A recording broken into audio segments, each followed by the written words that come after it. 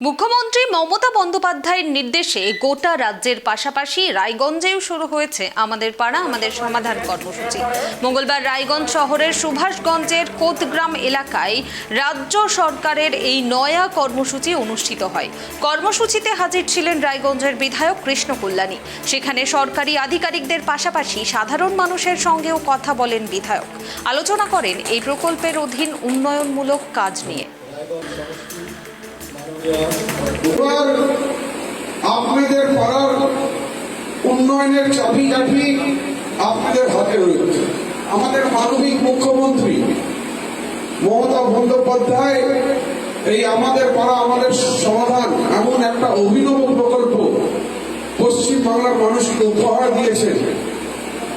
সত্যি উনার যে দূরদর্শিতা রয়েছে সেটা প্রমাণ পায় যে সরাসরি উন্নয়নের সাথে জনগণকে কানেক্ট করা।